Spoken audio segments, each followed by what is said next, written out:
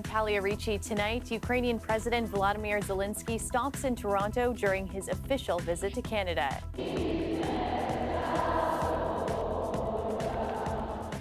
The victory will be ours. Yeah. It's Zelensky's first visit to Canada since Russia invaded Ukraine. We'll have the highlights. Plus, here's a government that just lost 3 cabinet ministers in a month. Can anybody tell me when the last time that happened? Premier Doug Ford loses another cabinet minister the day after his surprise backtrack on the Greenbelt land swap. More on the ongoing fallout. And Canada is one of the biggest producers of comics in the world. Most of them come from Ontario, Toronto. Some of the industry's top comedians are in town for Just for Laughs Toronto, bringing dozens of shows and a 3-day street party. Ukrainian President Volodymyr Zelensky was in Toronto tonight. He and Prime Minister Justin Trudeau met with Canadian business leaders at a roundtable event and also spoke with members of the Ukrainian community. Tyler Cheese has the latest on his whirlwind visit to Canada. A massive crowd greeted President Volodymyr Zelensky in Toronto tonight. The Ukrainian leader came to speak to Canadian business leaders and members of the city's Ukrainian community. Canada is a very wealthy country and can continue to support Ukraine. Ukraine is going to do this on their own. They keep saying they're not looking for boots on the ground. They're just looking for the financial, military, and diplomatic support. The high-profile event was held at the Fort York Armory, where significant security measures were in place. Speaking tonight, Zelensky reiterated some of the points he made while speaking to Parliament in Ottawa this morning, but also took the opportunity to thank those who have supported Ukraine from Canada. I'm so proud that Ukraine inspires, really am. That Ukrainians inspire, and so do Canadian Ukrainians. Thank you. And I thank you all of you, that you are active. Members of Toronto's Ukrainian community say the president's visit has been extremely meaningful. A lot of people have been touched by the war, obviously. All of us have friends and family that have lost someone. And so it's very emotional, but at the same time, it's very uplifting. Krista, thank you. Many are happy that Zelensky's visit has renewed public attention to the war. The war in Ukraine is still ongoing. People are fighting and dying every day. And those Ukrainians who are fighting and dying, they're doing so for their freedom, for their country, for their families, but also for security and stability of the Western world. And still others are using the opportunity to remind Canadians that the impacts of the war are ongoing. Let's stop using the word war fatigue, because when it comes to genocide, we should not be using the word fatigue. There can be no, I'm tired of what's happening. When you look at the high cost that Ukrainians have paid. Toronto Mayor Olivia Chow attended tonight's event and expressed support for Ukraine at a press event earlier today. It's an inspiration.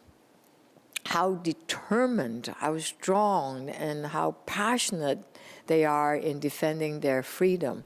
Following Zelensky's parliamentary address, Prime Minister Justin Trudeau pledged $650 million over the next 3 years to build armored vehicles for Ukraine. Tyler Cheese, CBC News, Toronto. One day after reversing course on the Greenbelt, Premier Doug Ford has lost another cabinet minister. Monty McNaughton is the third minister to step down in less than 3 weeks, but says his move is unrelated to the Greenbelt controversy. Our senior reporter at Queen's Park, Mike Crawley, has more on the political cost of all of this for Ford. When Premier Doug Ford announced his Greenbelt reversal, he had his cabinet behind him, but not his Labour minister, Monty McNaughton. We're putting workers in the driver's seat. Many progressive conservative insiders credit McNaughton with helping the party win endorsements from unions and win over more working-class voters. Now McNaughton is leaving politics entirely after 12 years as an MPP and 5 years in cabinet. Here's a government that just lost 3 cabinet ministers in a month. Can anybody tell me when the last time that happened? Steve Clark resigned as Ford's housing minister on September 4th. Khalid Rashid stepped down from his cabinet post 2 days ago, both stemming from the Integrity Commissioner's investigation into the Greenbelt land swaps. In a statement, McNaughton says recent events will cause some to speculate why he's leaving, but he adds, quote, "My decision is completely unrelated to those events." What we are getting right now is a front row seat into a government that's in complete disarray. A big unknown for Doug Ford now. Will his Greenbelt 180 stop his slide in the polls? It was a mistake to open the Greenbelt, and for that, I'm very, very sorry. It was a tight, clear apology. Greg Lyle has done polling on Ontario politics for 30 years. When Doug Ford says, I was wrong, I should have done better, the public's willing to say, okay, then let's see what you're going to do on the things I really care about. And so I think he will get a third chance. This week's resignations forced a cabinet shuffle. Former Environment Minister David Piccini fills McNaughton's post at Labour, and Ford is bringing 3 new faces into cabinet from the PC backbenches. The legislature resumes sitting on Monday for the first time since June, and the opposition parties say even though the government has backed down on building in the Greenbelt, there are still plenty of questions for Doug Ford that he's yet to answer. Mike Crawley, CBC News, Toronto. From activists to local mayors, the Premier's decision to reverse course on the Greenbelt took many by surprise, perhaps nowhere more than in Pickering, where thousands of homes were slated to be built.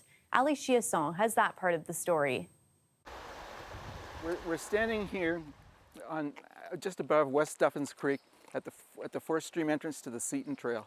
The Seton Trail in North Pickering wouldn't just lose its charm, but potentially its environmental integrity if 30,000 homes were built around here in the Greenbelt. There's a gentleman down here fishing right now. Good fishing around here, right? It's fantastic fishing. I shouldn't have said where it was.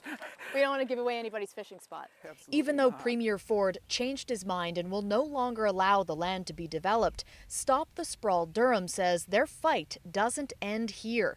They want Ontario to repeal Bill 23 and 39, which would reinstate the protection of the land we're standing in now, the Duffins Rouge Agricultural Preserve. We need to fully restore all of that protection, and perpetuity means forever. But one win at a time. This is certainly a curveball that was thrown at us yesterday. Pickering Mayor Kevin Ash had meetings with Habitat for Humanity earlier this week about building some of the Greenbelt homes that were slated for Pickering. That's how down to the wire this was. My residents have expressed extreme concern about that policy.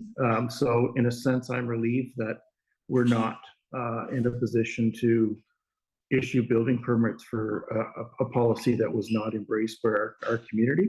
But we do have to be mindful that there are housing needs, and we'll have to have an adult conversations about where those houses are going to be situated. Mayor Ash says they will still meet their own housing goals, but he laments the loss of the other features that would have come with. We were slated to get a 35-acre healthcare facility. We were slated to get a 15-acre post-secondary institution campus. We were slated to get 40 parks, 2 libraries, a fire hall. Much of it on the developer's dime. Not worth the detriment to the Greenbelt, says the folks at Stop the Sprawl Durham. It's kind of also about returning to due process, having everybody at the table to discuss fairly. I'd never attended a rally before last November. I never want to attend another one again. Ali Chiasson, CBC News, Pickering. The province and thousands of education workers have reached a tentative agreement tonight. The deal involves 3,500 education workers, including early childhood educators and support personnel, who are part of the Elementary Teachers Federation of Ontario. However, there's still no agreement in place with ETFO's 80,000 teachers and occasional teachers. Those members continue to take part in strike votes that are expected to wrap up on October 17th. Minister of Education Stephen Lecce saying today's deal will help bring stability to families and students. According to the union, a ratification vote on the agreement is being scheduled. And there's a live shot of the Toronto skyline on this Friday night. 16 degrees and clear conditions. Paulette Kennedy joins us now on this last day of summer, and you could really feel fall in the air today. Yeah, I tell you, I think sometimes you'd have to almost be living under a rock, as they say, to not know we've got the changing of the season tonight. But just say somehow you missed it. Yeah, overnight tonight, we say goodbye to summer 2023 and fall 2023 moves in 2:50 a.m. on Saturday, in case you want to stay up and welcome it in. We have just some high thin cloud rotating in off that system coming up the eastern seaboard, which I'll get into more detail on that a little bit later in the show. But primarily, I think there's a chance into the Niagara region of getting the odd shower here as we go kind of Saturday night into Sunday, but more so into eastern Ontario. For the GTA, picking up a bit of cloud cover, and southwestern Ontario, probably just a whole lot of sunshine. So Toronto overnight tonight, 13. Tomorrow morning, 16, and by afternoon, with some of that cloud coming in, still plenty of sunshine and that high of 21, tell you. Thanks, Colette. Toronto police held a memorial today for the police dog killed in the line of duty in July. I truly believe that if it were not for Bingo, I would not be standing here today with my family in front of you all. I will never be able to say thank you to Bingo. And that is the thing that I struggle with most of all. I miss you, partner. You will forever be my hero. The memorial was held at the Woodbine Banquet Hall in Etobicoke. Mayor Chow, as well as members of the Toronto Police Service, were in attendance. Bingo was killed on July 25th after being shot in the backyard of an Etobicoke home while looking for an armed suspect. The city launching a new pilot program today that will see a number of bylaw enforcement officers get out of their cars and onto bikes. I see the introduction of bicycles as a big opportunity to replace short trips, which are traditionally done in motor vehicles. We can get to a lot further places in a shorter distance of time instead of walking when we're especially in the parks, the public spaces. 21 officers will take part in the new bylaw enforcement bike unit. The officers will use bicycles whenever feasible in parks and large events. The city will evaluate the pilot program and look for ways to expand it. A missing letter is putting a retirement in jeopardy after registered mail was seemingly lost by Canada Post. The envelope was sent in July by an Ontario man to his brother in Quebec. Inside, a certified check for hundreds of thousands of dollars. As Angelina King explains, one brother is now on the hook for the missing money. The outcome was not located. For nearly 2 months now, George Kavaratsis has been trying to track down a very important letter he sent to his brother.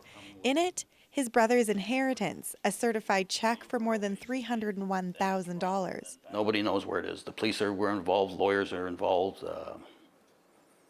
nothing. George sent it through registered mail, assuming it'd be safe, but it vanished, along with his brother Louis Kavaratz's retirement plans. This emotional upheaval that is just eating away at me. On July 25th, George sent the letter from Campbellford, Ontario. It went to Peterborough, then, due to processing errors, back and forth between Toronto and Peterborough twice, then back to Toronto before finally arriving in Ayrscliffe, Quebec on August 8th. That morning, this notice card was left in Lewis's mailbox, which is located inside the post office. But when he went to the counter just a few steps away to pick it up, staff told him they couldn't find it. I was just in astonishment. How do you lose a piece of registered mail within 2 hours? So here's what happens when we look up the tracking number right now. The latest information is from August 8th, which is 5 days after the letter arrived in Ayrscliffe. But on that same day, it gives a final notice saying the item will be returned to the sender if it's not collected within 10 days. But then under that same timestamp, it says that the letter was sent back to Campbellford and signed for. They admitted that they made a mistake there and it was never picked up. Canada Post confirms the letter is lost. It's apologized to the brothers and says it's investigating but hasn't offered any sort of compensation. TD Bank says certified checks can't be canceled, so George has been trying to get them to issue a new one. After CBC contacted the bank this week, it agreed, but only if George signs a document that says he and then his heirs are liable for the original check if someone else finds it and cashes it. He's refused, offering to be on the hook for half the amount instead. I don't feel I should have to. I haven't done anything wrong. Banking expert Omar Ferris says there are protections in place if the wrong person gets their hands on a certified check, but says it's still possible for it to be cashed illegally. He says when sending large sums of money, one can go from certified check being almost the least preferred route, and then bank draft a little bit better, and wire transfer will be an ideal option. The brothers say the whole ordeal is even more difficult considering their parents immigrated to Canada and worked hard to support their family. Now they're gone, and you know what? They've passed on what was left to their children. And you know what? This is what's become of it. It's horrible. Angelina King, CBC News, Toronto. Welcome back. A 57-year-old woman has died in hospital after she was found injured on the roadway in Ajax earlier this week. Durham police say the woman was discovered early Wednesday morning near the intersection of Kingston Road and Harwood Avenue. Police say she had severe head trauma and was rushed to a Toronto hospital. After reviewing surveillance video in the area, police believe the woman was struck by a pickup truck that fled the scene. Anyone with information is asked to come forward. Auto workers in the United States are expanding their strike today. They're targeting parts distribution centers, joining members now on their 8th day of picketing at assembly plants belonging to each of the Detroit 3. We can and will go all out if our national leadership decides the companies aren't willing to move. I think Sean's strategy was good. I've always supported him. UAW President Shawn Fain says members will strike at Stellantis and General Motors distributors. They will not target Ford. Fain says that's because the automaker has made significant improvements to their offer. This expanded strike is something Canada's auto industry has been worried about. But experts say the UAW is targeting distribution centers that deliver parts to American dealership and repair centers, and it shouldn't affect parts makers on this side of the border. Some of the industry's top comedians are in town for Just for Laughs Toronto. It kicked off last night and will run until September 30th. For the second time in the festival's 11-year history, it's throwing a 3-day free street party. Dale Manukduk has more. Two sayings: the best things in life are free, and laughter is the best medicine. Those worlds collide starting tonight. And we're treating Torontonians to 3 days of free shows here at Bursey Park. Tonight we had Fred Armisen. The street shows are part of the overall festival, which last year had a $13 million economic impact in the city. Canada is one of the biggest producers of comics in the world. Most of them come from Ontario, Toronto. There are amazing audiences here. Comics feel they're smart, and really, really warm. There's a much more established social context. Like everybody knows a little bit about everything. Like you don't have to spoon feed as much. Right? Everybody's just grandstanding all the time. Putting your vaccination status in your Tinder bio, go yourself. Canadian comic Fara Satia will be playing a free show tomorrow, but is also opening a ticketed event for one of his idols. I wrote a black TV show. The man who helped create the legendary Chappelle Show. I'm Tyrone Biggum. Neil Brennan, man. That's one of my favorite comics. He's affected how I write, and now I'm working with him a couple of shows this weekend, so a bit of a bucket list. What's up, white boys? How is storming the Capitol? Brennan is joining some of the biggest names in comedy, many returning to Toronto. You need to bring them truckers to Toronto. You need to tell them to park them trucks on Eglinton. And say, we're not moving till you fix this goddamn road. You don't believe in any conspiracy theory? You just think the government's just batting 1,000? Ron Funches is playing 2 shows tonight. He says comedians need extra support right now.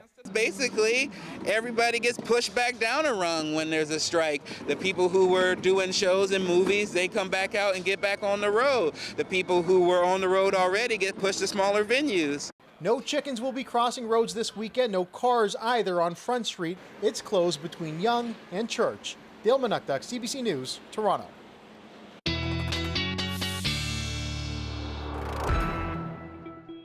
Colette's back now with our extended forecast. And how are the first few days of fall looking? Thanks, Talia. Yeah, just kind of going over once more what it means to move into fall, the autumnal equinox. And basically that word kind of means equal. So at other times of the year, like summer solstice, when we have the most daylight, we call it the longest day, but it's the longest amount of daylight, and winter the shortest, and we're in between that in the spring and in this case the fall season, having to do with obviously kind of the tilt on our axis of the earth in relation to the sun and this for the Northern Hemisphere. So this is what we're looking at happening overnight tonight. And the other thing we're looking at is this area of low pressure, really tropical system that is coming up the eastern seaboard. Heavy rain, storm surge. The Carolinas, yes, but really into Virginia, or the Delmarva as we call it. Tons of rain here coming in on top of that storm surge plus high tide. So messy conditions there. But it's some of that high thin cloud that comes into our skies for tomorrow. Doesn't even make it back towards London, Windsor, and likely even into cottage country. Should just see the sunshine. But we get into more of that coming into the city, Toronto. And then Sunday, probably a little bit variable with those clouds. This could just slide a little bit further north. That could bring some showers to the Niagara region in eastern Ontario. Latest model runs really don't even want to push any of it into our skies, meaning we just have a pretty nice weekend, this first weekend of fall. So it begins tomorrow. What's it looking like for Toronto? Mostly sunny skies, 22 degrees, 21 to 22 into the afternoon hours. And then Sunday, 22 as well. Monday, just a little bit cooler, but really these readings here just pushing us, Talia, back closer to seasonal.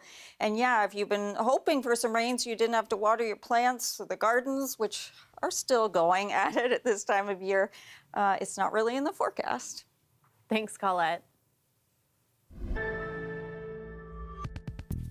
Finally tonight, here's a sight you don't see every day. A skydiver demonstrating incredible precision with a one-of-a-kind landing. Yeah, girl, I'm coming for you! And there he is, falling from the sky right onto an inflatable unicorn. He made this fairy tale landing as part of a skydiving festival in Nottingham, England. Several others also attempted the landing.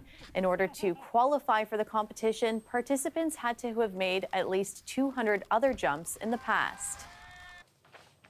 And that's our show for you tonight. Thanks so much for watching. You can stay caught up on news anytime on our website, cbcnews.ca. Shannon Martin has your next local newscast tomorrow at 6. Good night.